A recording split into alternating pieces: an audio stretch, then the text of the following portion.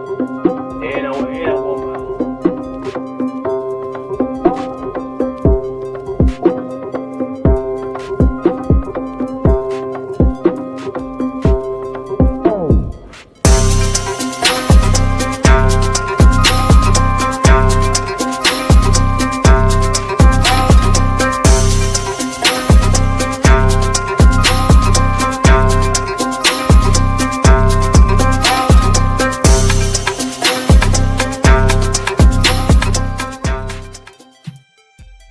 Yeah, what up, everybody? Welcome back to another episode of the Game Changers, man. We coming to y'all live, straight from the house, and we got to talk about these Christmas basketball games we had yesterday. And the first team we're gonna talk about are my Knicks. How we came back from a 17-point lead by the Cavs and beat them. What up with y'all, fella? We got Gnome G, Nick Madden from Nick Madden TV, and Boss Man Jay and this motherfucker too. Man, that was what bullshit. they do. That was a good game. That was a good game. Spider Mitchell was killing. The Knicks. What that one name? Josh Hart went out. That white boy came in gunning. Cody. That white boy came in gunning. Cody's been showing up lately though. He Tyler Cody. Yeah, he been showing up lately. Like the last game that he was in, man, he did pretty good in that one too. Hey, that boy can shoot. But I ain't gonna lie. 34 points, 6 threes. They woke up at the end. It ain't that, like I told y'all before, man. Brunson ain't letting us lose in the fourth. In order to beat the Knicks, man, you got to go into the fourth leading about 30 or 40. If not, we got a chance.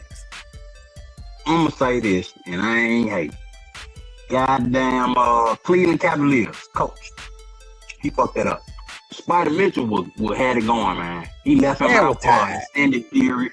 I don't give a fuck. We're tired tonight. We got to win the fucking game. He didn't manage that game as well as he could have, I don't believe. It wouldn't have mattered. It was a good game. This is going to be the team you got to see at the end of the year. So, Cleveland Cavaliers, I don't know what y'all niggas... Last year, we talked about that, no. Last year, Cleveland was number one seed for most of the year. And then, it come down to the clutch part of the year, and your Josh Allen, your who I said, Jared Goff type performances, never showing up in the big time. Dare I say Lamar Jackson, you know what I'm saying? Regular season, type of success, and then not being able to really rise to the occasion when the time comes. Cleveland Cavaliers, you gotta do something about that. Real talk. Hey, the Knicks coming out the East, bro. There's no team in the East that can stop us. I mean, you guys, the Knicks look good in that. They won the cup. They won the NBA Cup. They're showing that they could go in and they put a nice squad together. When they went and got Cat, they brought in Brunson. They're looking good. Jordan Clarkson. Shout out Jordan Clarkson from Utah off the bench. Yeah, the only thing I don't like about Clarkson, man, is that he ain't consistent. Oh yeah, he's streaky. He's J.R. Smith. He's not like a consistent. If he was more consistent, man, I'm still fucking with the trade. I still like the fact that we got him, because you never know on what night that he gonna go off. But I wish it was just on a consistent basis. Like, you go out there and you get this same effort every time you on the floor. But sometimes he be out there, man, and be all nonchalant, like he don't care whether he win or lose. And that's what I gotta say about Evan Mobley. All nonchalant and shit. And 14-9-3, yeah, that's okay. But that ain't good enough. Yeah, and he came out. He was coming off an injury as well too. Okay, I didn't know that. Yeah, he was hurt. But hey, don't listen. That injury don't mean shit. You still gotta remember they were playing the Knicks that stole Christmas. I ain't gonna say I think y'all did good in this game here, though. Man, we had the best, bro. We had the best game. We had the best game. I don't know about all that, though. Name a game that was more exciting than the Knicks game. That's a good question. We can look at We can look at the next game. No. That game was boring as shit. The next game that was real good was OKC and San Antonio. That's gonna be rivalry for years to come. Wemby got Chet number at this point. Wemby doing Chet any kind of way, and SGA even said it in the press conference after the game. He said, they've been better than us 3 times. They played them 3 times in about 20 days, and the Spurs came out on top on every one of them. And that's a statement when you playing a team on a historic run like OKC, because they on a historic. They projected to win 70-some games. But let's look at it like this now. Like don't let this regular season shit they gotta win confuse with the playoffs. Yeah, you can win the 70-something game, but you gotta win that chip at the end of the season. You don't get no trophy for winning 70-something games. But we not talking about a team that got a history of not, closing out. We saw them do this last year. These boys good. They coming into their prime. Shai Gilgeous-Alexander, 27 years old right now. He got another 9 years to be good. But I can't. But also, my bad. Go ahead. No, you got it. But you also on the other side you got De'Aaron Fox, because Wemby ain't even. If you look at that game, De'Aaron Fox had 29 points. De'Aaron Fox was the guy. It wasn't Wemby. Wemby do make them, of course. He changed the defense. He changed everything on defense. And they do have to double him. But this gonna be a good matchup for the next years. Shit, check 7-something. What are you? Yeah, that I don't know how to something like that. And what I like about the Spurs organization is they got their stars, but they play team ball, and that'll help them out even more with him though, because I think he was coming off the bench yesterday and things. So De'Aaron Fox, he has been on one, so he should be able to take his role as being the number one, the scoring guy. Because you need women to score, but not to the factor of him getting injured, because him being so frail. But we do have, and I say we because San Antonio, but they do have other playmakers, because you got high draft pick Dylan Harper. He was a high draft pick. He coming in behind De'Aaron Fox, who already, like you said, he been on one before, so he know what's going on. Stephon Castle, that boy is gonna be a star. 19.4 rebounds, 7 assists for him yesterday. Fox, 29 points, 7 assists. You know what I'm saying? So it ain't just one person who they trying to got the ball in his hand the whole time. SGA and then only had 22 points. Harrison Barnes playing a good role. SGA gonna need them boys to step up and especially Chet. Chet got to put up more than 10 points. But I don't want the Spurs to get this shit confused, because this regular season shit ain't got nothing to do with the playoffs. That's a different type of animal. Like we done seen the time and time again where teams do good in their regular season, then when they get on that medium stage, because the finals is the big stage. When they hit that medium stage, they fold like a lawn chair. SGA 22 points. He couldn't get to the free throw line like he wanted to, like he's been used to doing. And Noam, you brought that up pre-show. When they don't get to the free throw line, this is a totally different team. You know what I'm saying? So that's gonna be a big factor in any series, is the foul trouble and things like that. So it's gonna be a rivalry we're gonna see for a while. But go ahead. Yeah, to bring up the point that a lot of fans who do enjoy SGA and do like watching him play, even the fans of him that I see on X and around social media, they don't like the way he tries to draw fouls. They feel like it's kind of like the rebirth of James Harden a little bit. Mm-hmm. So, they respect his game, and they respect, because obviously he's an MVP for a reason, but people see that flaw of trying to always get the refs to call certain calls, and maybe I think, because if you look, I think he attempted 8 free throws yesterday. I don't know what he averages, but I know it has to be more than 8 free throws a game. Yeah. He averaging like 20-something a game. Yeah, probably 12 to 13, I think. Yeah, I know it has to be more than 8. Find out. Yeah, okay, I don't know the exact, but he gets to that line. So I mean, when you're watching tape, anybody that's watching tape, going in and watching, you obviously know you cannot put these guys on the line because this is how they blowing people out by 20 and doing all this is because of the free throw attempts. You know what I'm saying? Because if you get into the line way more than your opponents and you knocking them down, it's gonna be hard to win those games. So I think San Antonio has kind of figured that out. They playing great defense and they can match up with them. Because like you said, Castle, Deion Cross, like all these different players, they can match up very well with them. And this is why they're they won 3 out of the they won all 3 of the games going up head to head with them. So it may be different in a 7-game series, but right now they got their number, man. And they asked Wemby after the game about the rivalry that it is, and Wemby downplayed it and basically said Chet ain't, he's not. He basically tried to throw shade at Chet. He was basically saying, no, it's just a regular game or somewhat. He kind of, just was dismissive of the thought that it was a rivalry, quote unquote. Right. Mm-hmm. So Wemby got a little dog in him. He basically playing that little mind game. Hey, that man basically was playing. He can't fuck with me. Can't fuck with me. Mm-hmm. Just simply putting it, that's all he's saying. He can't fuck with me. But to y'all point, man, you was kind of right, boss man. He's only averaging 9.7 free throws a game. Okay.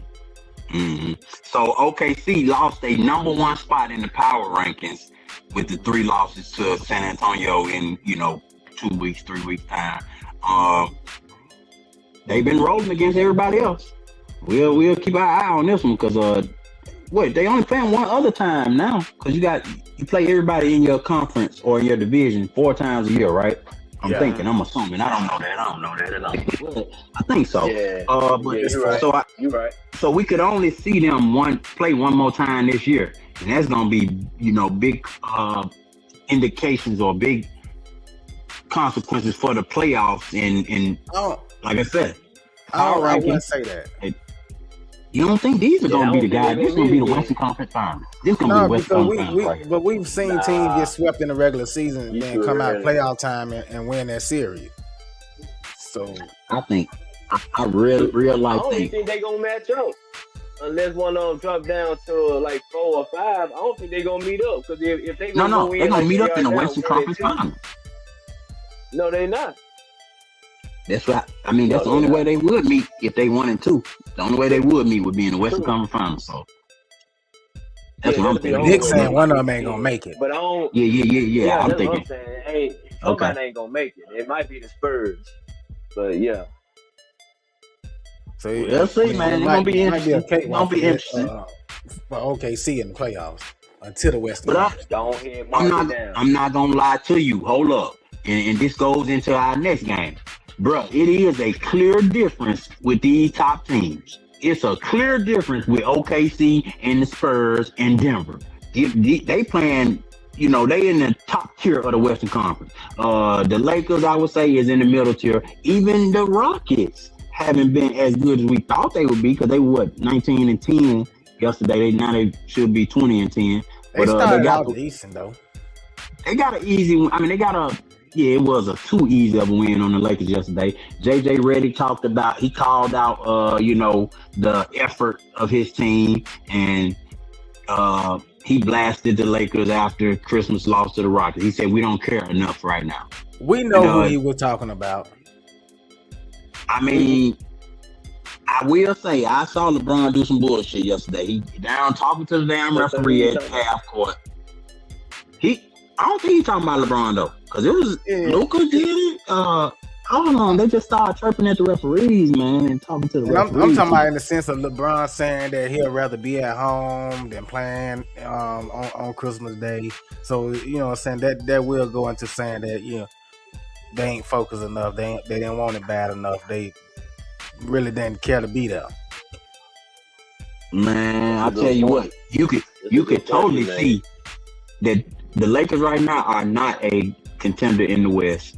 They are not nowhere near San Antonio and OKC right now. We saw OKC run straight through them, and with the Rockets, they're another talented team. They ran straight through them, and the defense is just not there 18 points for LeBron, 18.5 assists, 2 rebounds, 25 for Luka, 5 rebounds, 7 assists. He do that in his sleep. But for Shannon to say that that's embarrassing though, can you really say it's embarrassing? Like mother talking like the Rockets a pushover team. I don't think he talking about the effort, bro, because that was the worst game of the day yesterday. I would say that was the worst game of the day. It was not competitive in the least bit. Out of all the other games, and I'm a LeBron fan, I watch the Lakers. Out of all the games, that was the one game that was not entertaining to me. Seeing the Lakers lose is always entertaining.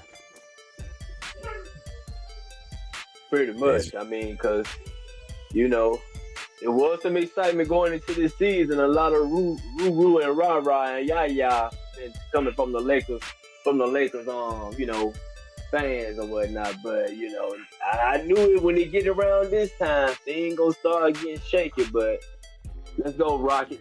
Let's go. It's a lot of basketball.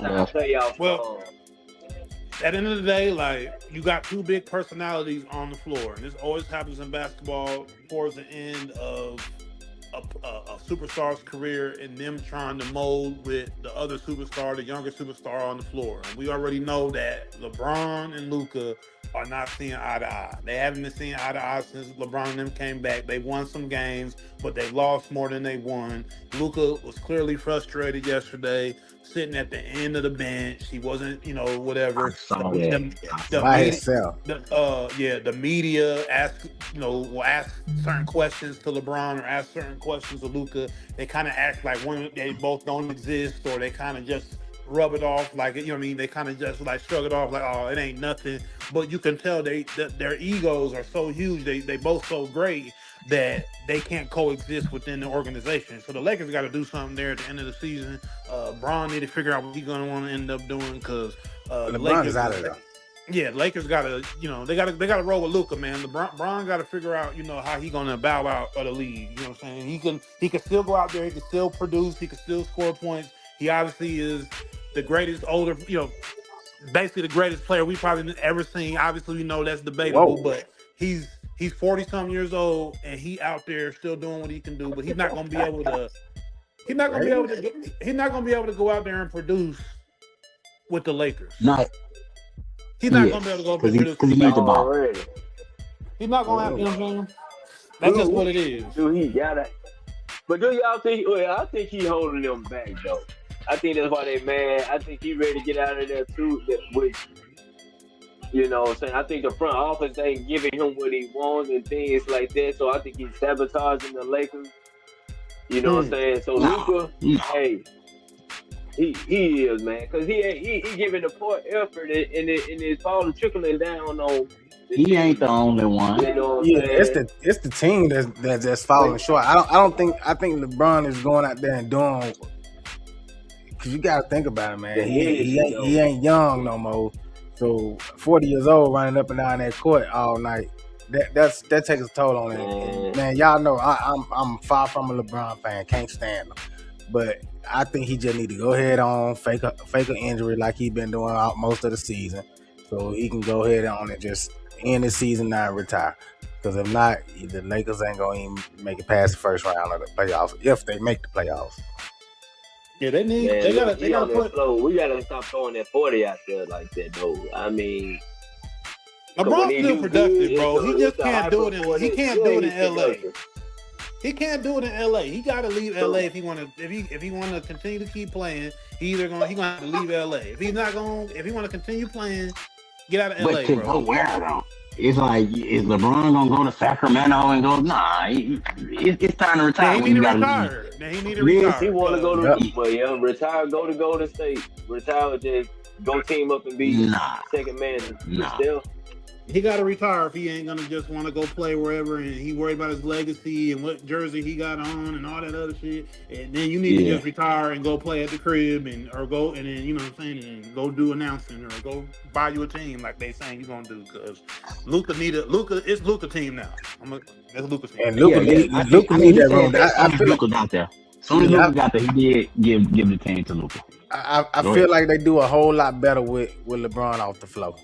Oh yeah, and that's LeBron came back and fucked it up, man. We all know that. He came back and fucked their flow up. He did. I mean, I love LeBron. I think, like I said, but he came back and he fucked it up. I mean, they was killing. Everybody know they was killing. Hey. It was a great white hype over there. All them white boys was going crazy. LeBron come back, that shit doesn't stop. Nick, what have I been saying since day one about LeBron? I mean, part of what we've been saying, the franchise killer. He's a career killer and a franchise killer. I hate to say it, but it's the truth. You brought up Steph Curry, LeBron, which I don't believe gonna happen. I don't think we'll see LeBron in a Golden State jersey because they trying to get rid of Draymond now. But yesterday, Golden State did go up against their old friend Klay Thompson and the Dallas Mavericks. It was an okay game. They Dallas fought. They did fight, but of course, Steph Curry came out on top, 126-116. Did anybody catch the highlights of that? I watched a little bit of it. It was a good game. Obviously Golden State stayed ahead most of the game. They basically controlled the whole game. Cooper Flag. But Dallas did fight. Yep. Golden State did what they were supposed to do. I saw a little dap up of Klay and the old Splash Brothers and Draymond dapping each other at the end of the game. Klay looked kind of frustrated, like he wanted to try to get the win and everything, but he knew that wasn't going to happen. So he need help. Yeah, they need help. Mr. Glass ain't doing shit. I mean, career low for Klay.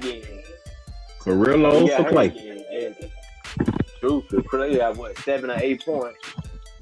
You brought up AD. AD did end up with a minor groin strain, they say, on Christmas Day against the Golden State Warriors, and is likely to miss a few games. So, Anthony Davis back injured.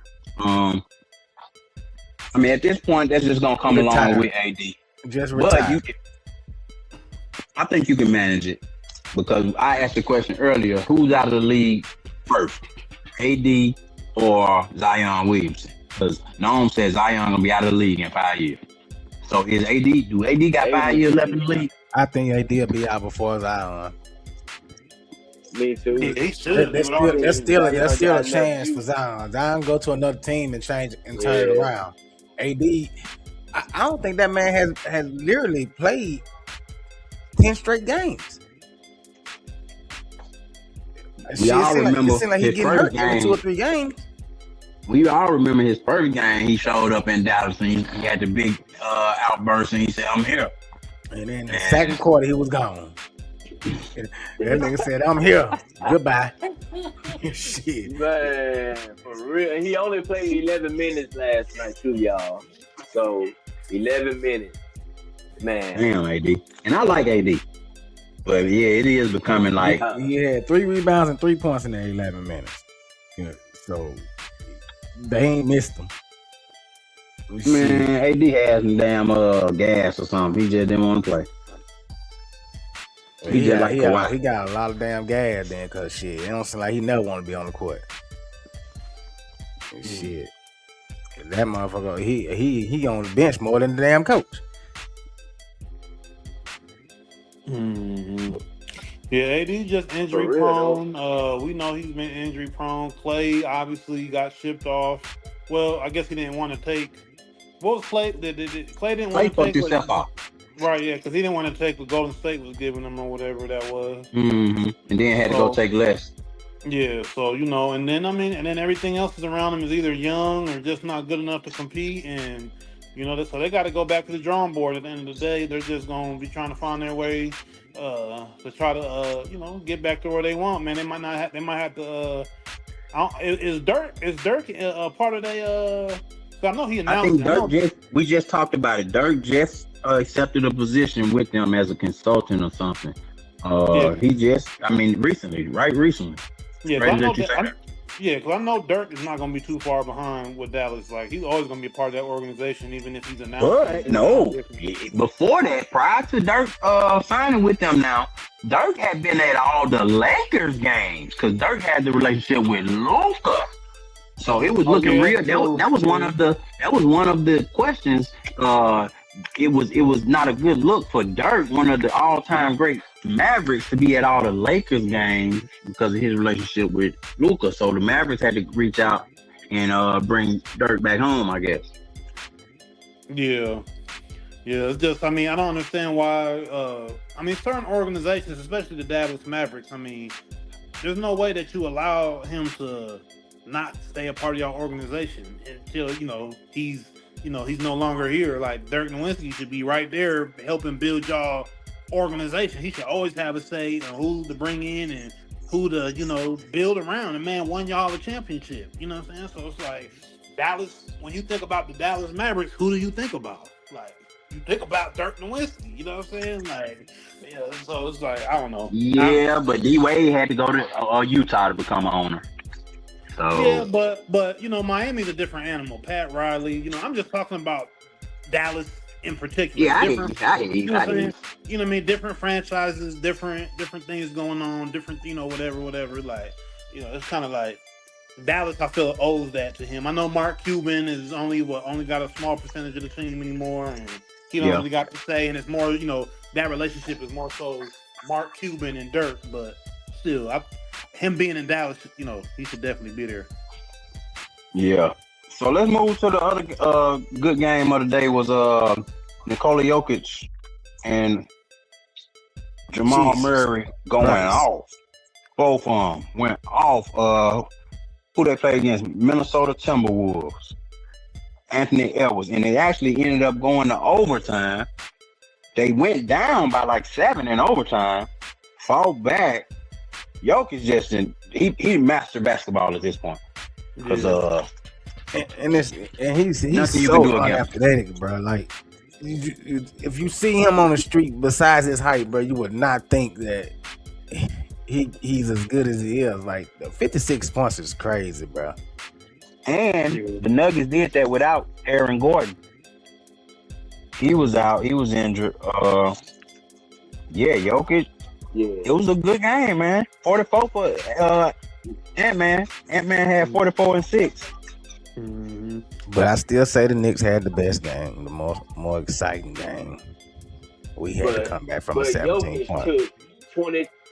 Jokic shot 23 free throws. He made 22 free throws. That's 23 free throws, y'all. Oh yeah, because at the end they went crazy and gave 2 ticks at the end. They gave him some more free throws. You saw right. He had a lot of free throws. That's crazy. So that's a whole lot of free throws. So them 56 points look good, but definitely 22 free throws don't look good for that 56 points. You know what I'm saying? But that's just something else to look out too, though. You know what I'm saying? But come as with what's the boy Anthony Edwards? He took he was 11 for 13 from free throw, but he had 44 points though. But I like his stat line a little bit better though. Well, not better, but the way how he got his points. Too many free throws, man. Julius Randle 32, 7, and 5. He also had a good game. So I mean, it was a duo. What was that, Julius in New York, motherfucker? Julius was doing good in New York. It was just inevitable. Y'all didn't need him no more. Once. He definitely wasn't. Yeah, I'm telling you. Once Brunson got over there.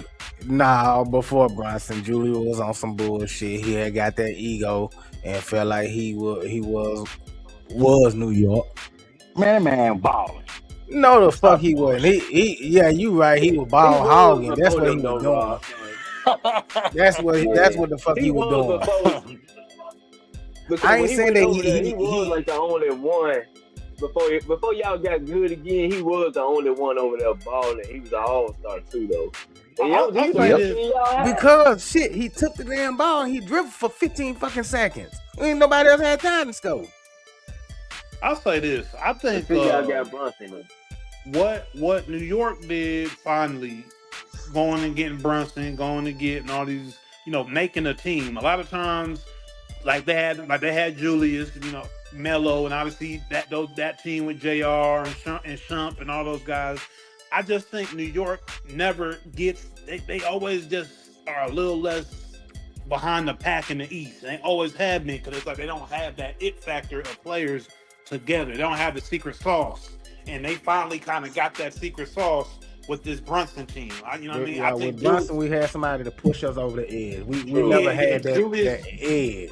Yeah, he had, even though he was doing, even though Randall did good in New York, it was just going to plateau. Like, he eventually was going to get shipped out. Like, you know, and I ain't taking nothing from him. I'm not saying that he didn't, but like it got to a point where he was more of a problem than he was a help. Yeah, he was going to get shipped out. Those are just facts. He plateaued. He was really causing problems over there. Yeah, because I think they found a good fit in Minnesota because even though they lost this game, this was a good game. They put up a lot of points. I think this was the most points put up in the overtime. I think they put up like 50 points in the overtime. No defense being played, but yeah, it was what the fans want to see. Exciting, high-scoring basketball. I want to say Jokic the first 55 points, 15 rebounds, 15 assists in history. Like, that boy is ridiculous. That's not a shooting guard or a point guard doing it. That's a big man. Like that's crazy. And you know, in 20, 30 years, you know, people are gonna they'll look at Jokic and be like, it'll probably be like how a lot of people look at like Larry Bird now and like, you know, certain players. They're like, man, he was just whatever. He got lucky, but people don't understand how good he really was. You know what I'm saying? Like, people, because he's not athletic, he's not really. Yeah, he unorthodox. You know, because a lot of people will look back at Larry Bird, like, you know, these younger generations, and be like, oh, he was weak, but people don't understand that like you had to be there to see it. And I think Jokic is gonna be one of them players going forward. Like, you're gonna have to be there. You have to be there to actually see him play. You know what I'm saying? Because like you said, you don't think he's gonna do what he does, and he be doing that shit every game. Him and Brunson, they game just amazes me, man, because it's so slow, but can't nobody stop it.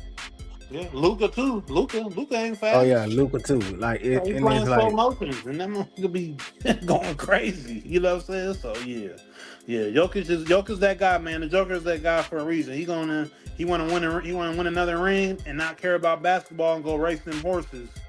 And I'm gonna tell you, the commentators were saying it during the game.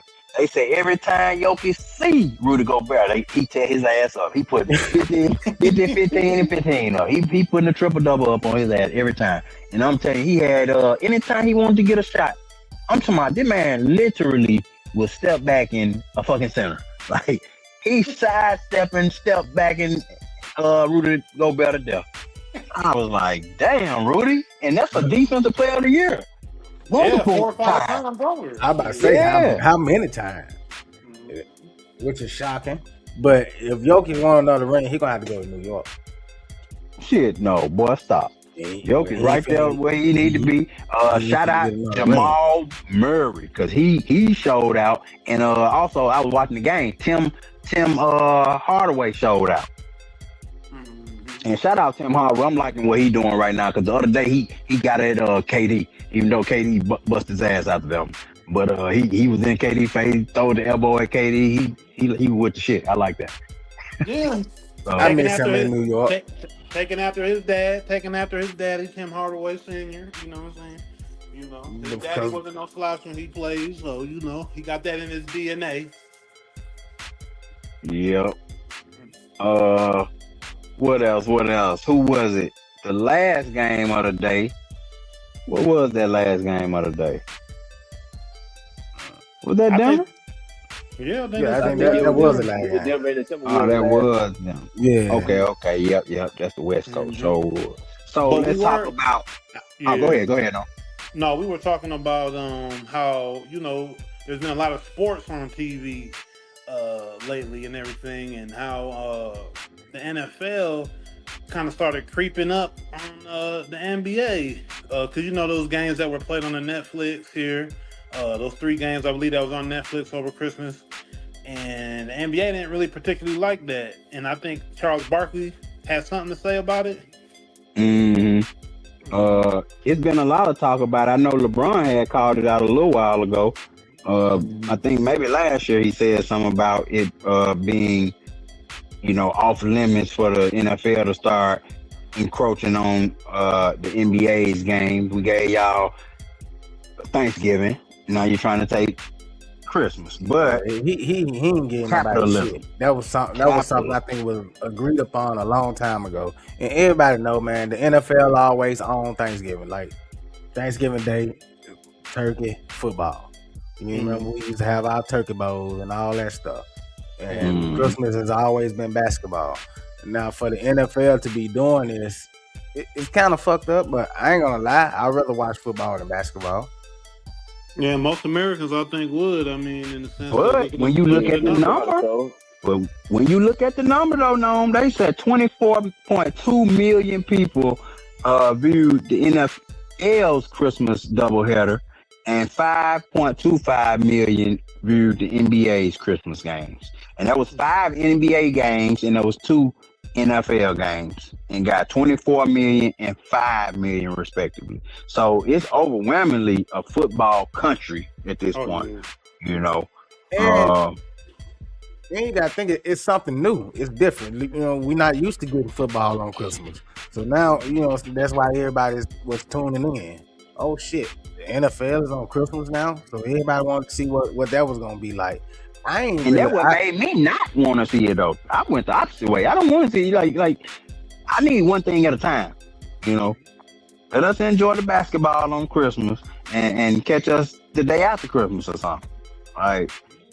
But no, you mentioned Charles Barkley was the one that kind of called it out that the NFL got greedy and started adding Christmas games.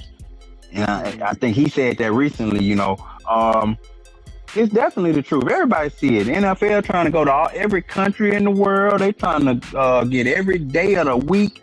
It's like, you can't blame them. But damn, man, I'm getting tired of it. I'm ready for the playoffs. Yeah, you pretty much can't blame them though. But peep this though, since the NBA numbers always has been down.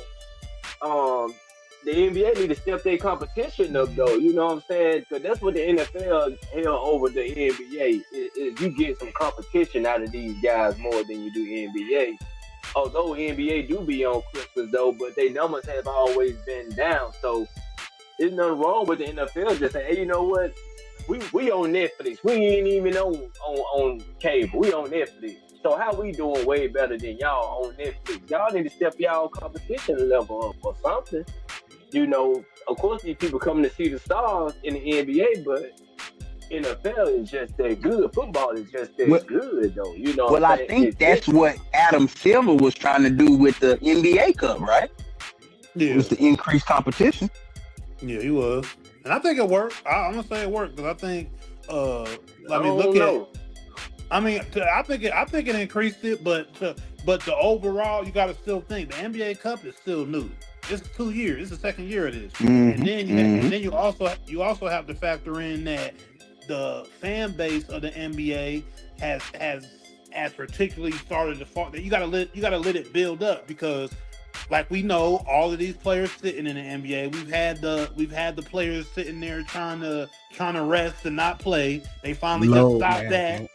Yeah, load management. They just now started implementing where, hey, you got to come in and play now. We ain't gonna allow you to just be sitting around. So I think the NBA is working towards making sure the competition factor is better throughout the season. But I do agree. I think the NFL is more competitive on a game-to-game basis. Obviously, it's way less games. Football is a whole nother animal compared to the basketball physically. And that's the part of it, I think, right there, no. It's so many games in basketball. When you got 82 games, it's hard to stay engaged for that whole, however many months that is, with your body every day. When in football, you do get a week, and then it's only 17 weeks, 18 now, right? But yeah, go ahead. Yeah, the NBA has to find, and we're also talking about this, the NBA has to find its next marketable stars to bring in viewership as well, because Bron's about to be on his way out. All the millennial guys is on their way out. Not too much longer. KD, Steph Curry, Russell Westbrook, all these older guys is on their way out the door, and they have to formulate the new stars. Obviously, got Wemby, like we got up here on the screen. We got, we obviously got SGA, and we got young guys. But what's the NBA gonna do to make these guys more than life? Because and like we just talked about, is SGA exciting to watch? Like, I don't think so as much as a Jordan was exciting to watch, right? Or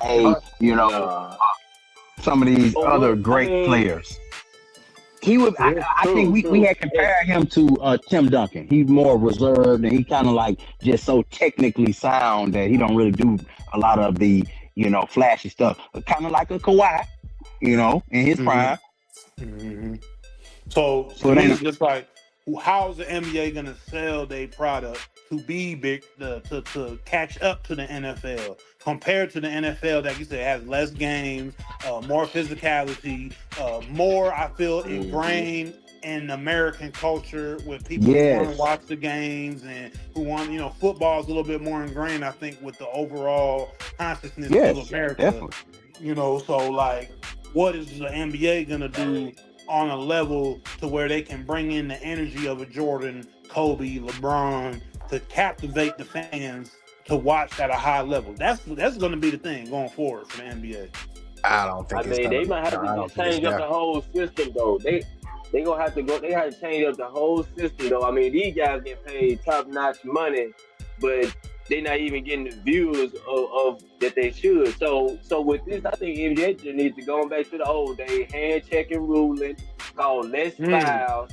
Make these boys play ball. Missing games. I'm with you with that. Some deductions, and then they need to stop handing out these big old contracts to these one guy that they feel that might be their mega star, which isn't really a mega star. Prove it on the court though, you know what I'm saying?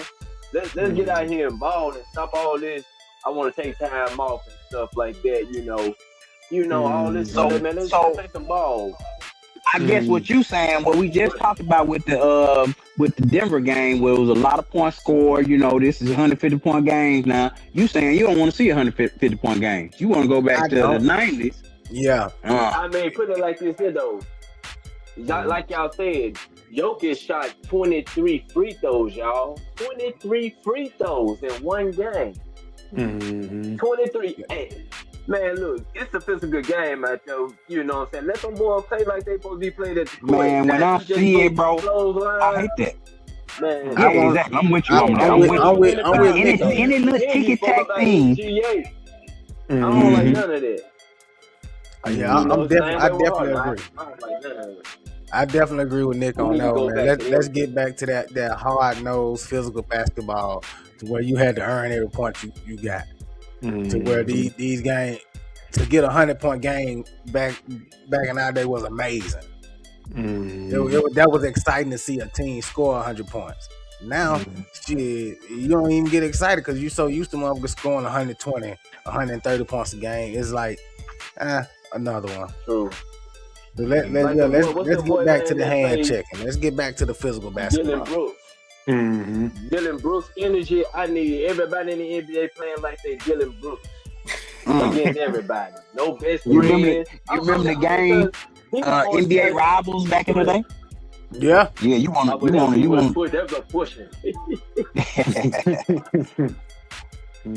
But yeah, I'm with you. I think that would do something for the ratings. Just by the sheer demographics, you're never gonna catch football, not in America, because you just talked about the demographics of basketball really being a more niche sport when you want to talk about like the audience, because there's gonna be more of minorities watching basketball, but you got everybody watching football. You got the middle America to every ethnicity, so you up against that. But the NBA was number 2 for years, and they did have the golden era. We lived through the golden era of basketball, man. So we spoiled, man. Because now when we see these little tic-tac fouls, it's hard for me to watch this stuff. For real? You can say this shit. Let me ask y'all this question though. since it's been a players' league, that's when it's starting to go down. Since it's been a players' league. I think that was going basketball. NFL's the owner. NFL is the owner's league. They own it. You know, they move around when they want to move you around. These players in the NBA, hey, I'm ready to go to I'm ready to go to Golden State or somewhere, play with them. You know, the NBA is full of divas. Hey, but they deserve that though, cause I ain't gonna lie. We want that. We don't want. Give them their money. We don't want the billionaires with all the power. We just talked about how greedy these owners are, and we who was that known? The Kansas City Chiefs owner. Man, yeah. We talked about how these folks are billionaires, and we looking for a discount. These the cheapest folks you ever gonna meet. Looking for a discount, a fucking billionaire, and want the taxpayers to pay all this money. Kansas then paid for the Chiefs to basically get a stadium over there, and all the taxpayer money gonna have to go to this, and none of the benefit come back to the taxpayer. So it's all bad, man. It will sort of kind of help out the small businesses and stuff if the Chiefs move to Kansas. Because they have a team now. Now they got all that tourist money that's gonna be coming in. Already, you ain't got to drive. Now the hotels and stuff are gonna get filled. Well, the money will go back in a sense, but not, you know what I'm saying, not to the people that's deep down, you know, living in the slums and stuff. But for like the small business owners, hotels and stuff like that, yeah, they'll get some of that money, that taxpayer money back. Because that will bring in tourism and all that. People gonna travel to see the teams they like to see. And you know it for firsthand from the Eagles and the Cowboys. I think they have one of the best traveling fan court there is. So maybe the Chiefs can get some of that. Man, we see the Chiefs just like the Warriors, a dynasty on their way out. They spending all this money. The Warriors just did the same thing. Remember, the Warriors just built, you know, multi-billion-dollar stadium, and it's all about the money. It's all about the money. But the question is, who owns Christmas now? NBA or NFL? I still say the NBA. I mean, this is just the second year for the NFL. So it's still exciting. It's still new. So people gonna tune in. But what's the difference though? I mean, it's NFL football. Whatever day it comes on, people gonna be tuning in. You know what I'm saying? No, because yesterday I didn't watch football. Because I want to say NFL teams have a better fan base than an NBA team. Because like you said, those guys travel. From the Chargers all the way to Atlanta, these guys travel. You know what I'm saying? You hardly ever see a Sacramento Kings travel to travel to Atlanta. You know what I'm saying? You're right. So this is football. Ain't nothing changed. They just playing it on another day. But so happened yesterday was Christmas, but it also was Thursday. So that's NFL day also too. So they can't be mad at that. Oh, okay. Thursday night football. I don't know why I'm thinking it's like the weekend or something. Yeah, you're right about that. But I'm gonna watch football over basketball any day. And it's some fact I really can't get into basketball until football season is over with. So like I really start tuning into basketball like after the All-Star break. And I think that's when most people tune into it. You do have the few fans that watches the all year round and pay close attention to every team, including theirs. But for me, I catch the highlights, but for the most part, I really can't watch a full basketball game until after football season is over with. And I don't know why. It's just I've always been that way. Well, I think it's clear. The numbers tell it. The NFL way more popular than the NBA. The NBA got to do some course correcting. Definitely do. Hopefully, Adam Silver could get it together. Just like all these damn fouls, man. Let's get back to that hard-nosed physical basketball. I think it'll bring a little bit more exciting to it. But man, listen, don't y'all forget, like, comment, subscribe, share, tell a friend, and please, please, please hit that notification bell so every time we go live, you'll be notified. Choose life. We out.